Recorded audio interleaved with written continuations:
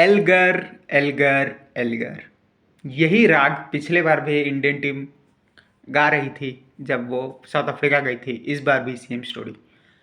हमारे जीत और हार में एल्गर ही सबसे बड़ा डिफरेंस फिर से बन जाता है। फिर से उन्होंने ब्रिलियंट ब्रिलियंट सेंचुरी बना दिया। वो भी सिर्फ सेंचुरी ही नहीं, इतने तेज कि इस सेशन में साउथ अफ्रीका ने 141 रन्स बनाए हैं, वो भी सिर्फ 2 विकेट खो के, और इंडिया को कंप्लीटली निस्तनाबूद कर दिया।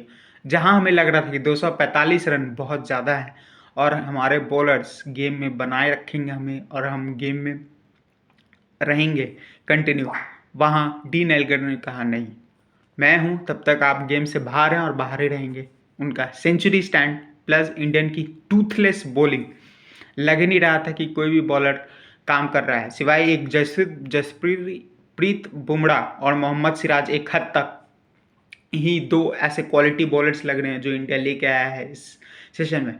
रविचंद्रन अश्विन को जितना परचेज मिल सकता था उन्होंने मिला उन्हें, बट इन तीनों के अलावा कुछ भी प्रेशर शार्दुल और प्रसिद्ध डाल नहीं पाए हैं, और जिसके कारण इतने ज़्यादा रन आसानी से, बिल्कुल आसानी से साउथ अफ्रीका बना गई इस सेशन में। और इंडिया से अब सिर्फ शायद 50 या 55 रन ही वो डिफरेंस है चाय के लिए।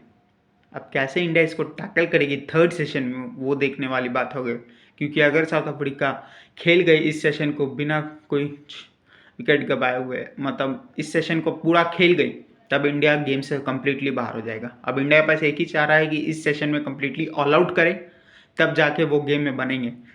नहीं तो फिर अगर 100 रन मैक्सिमम और दे सकते हैं, क्योंकि 50 रन का लीड भी चलेगा, लेकिन उससे ज़्यादा लीड साउथ अफ्रीका को मिल जाता है तो इंडिया बाहर इस गेम से। But Toothless bowling from team India और वहीं attacking batting from south Africa, ये थी इस सेशन की कहानी, एंड दे वर फैबुलस।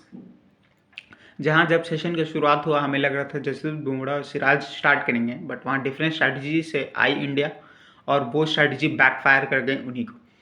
प्रसिद्ध और शार्दुल ठाकुर लग ही नहीं रहा है कि कोई भी बॉल पे विकेट लेके दे पाएंगे, प्लस वो रन्स भी 5 एंड अबव के रन रेट से दोनों रन खा भी रहे हैं। तो ना क्वालिटी ना रन रोकने की क्षमता कुछ इन दोनों बॉलर्स में नहीं दिख रही है। वही अब थर्ड फोर्थ सीमर की कमी हमें खल रही। शार्दुल तब भी एज एन ऑलराउंडर हम खिला रहे हैं तो वो उनका बैटिंग और बॉलिंग काम करेगा, बट प्रसिद्ध उनका डेब्यू उनके मुताबिक नहीं जा रहा और इंडिया को इसका हानि चुकाना पड़ रहा है। क्या शायद हमें अर्शदीप को कंसिडर करना चाहिए था जब शमी बाहर हो गए थे? Maybe a question to think about. But इस सेशन बता दिए कि we need to back up bowlers. अब बॉलर्स को अच्छा बॉलिंग करना ही होगा, क्योंकि इस सेशन में कोई चांसेस ही ऐसा लगा नहीं कि क्रिएट हुआ है। 2 चांसेस 2 विकेट हमारे पास थे जो बुमराह ने ला के दिया। उनके अलावा तो सेशन बॉलिंग टूथलेस लगी और बैटिंग अटैकिंग थी। अब क्या होगा थर्ड इनिंग्स में? A lot to look forward कि इंडिया किस तरह से अब अटैक करेगी। ये तो तय है कि अब चाय के बाद गारंटी है कि दोनों फिर से आएंगे, सिराज बुमराह, और अटैक करने की कोशिश करेंगे। और वही 10 ओवर का जो इन दोनों का स्पेल रहेगा वही डिसाइड करेगा कि क्या इंडिया कुछ अपना साख बचा पाएगी या आज ही के दिन हमें 50 रन से ज़्यादा लीड मिल जाएगा उन्हें और वो गेम में बहुत बहुत बहुत आगे निकल जाएंगे। बट एक मैन डीन एल्गर, इनकी जितने भी तारीफ किया जाए उतना कम है। सिर्फ 149 गेंदों में 100 रन बनाना, इतना तेज़ खेलना, वो भी इस तरह के पिच पे जहाँ पे रन बनाना मुश्किल हो, it's fabulous work and he has proved it. उनका आखिरी सीरीज़ है, लेकिन ऐसा लग रहा है कि जैसे अभी आए ही हैं सिस्टम में, playing a great knock and a man, जो इंडिया के जीत और हार के बीच में सबसे बड़ा डिफरेंस पिछला सीरीज़ में था, इस बार भी सेम प्रॉब्लम इस बार भी हमें फेस करने को मिल रहा है। अब इस फेस को कैसे टैकल करेगी?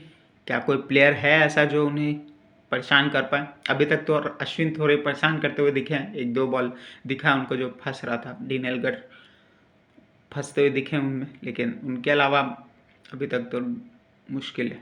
बट लेट्स सी क्या होता है आगे। We have to wait and watch. Next 10 over चाय के बाद सबसे ज़्यादा इम्पॉर्टेंट है अगर हमें साख बचानी है तो। फिर से मिलेंगे डे 2 को रिव्यू करते हुए एंड में, but pray for team India. Thank you.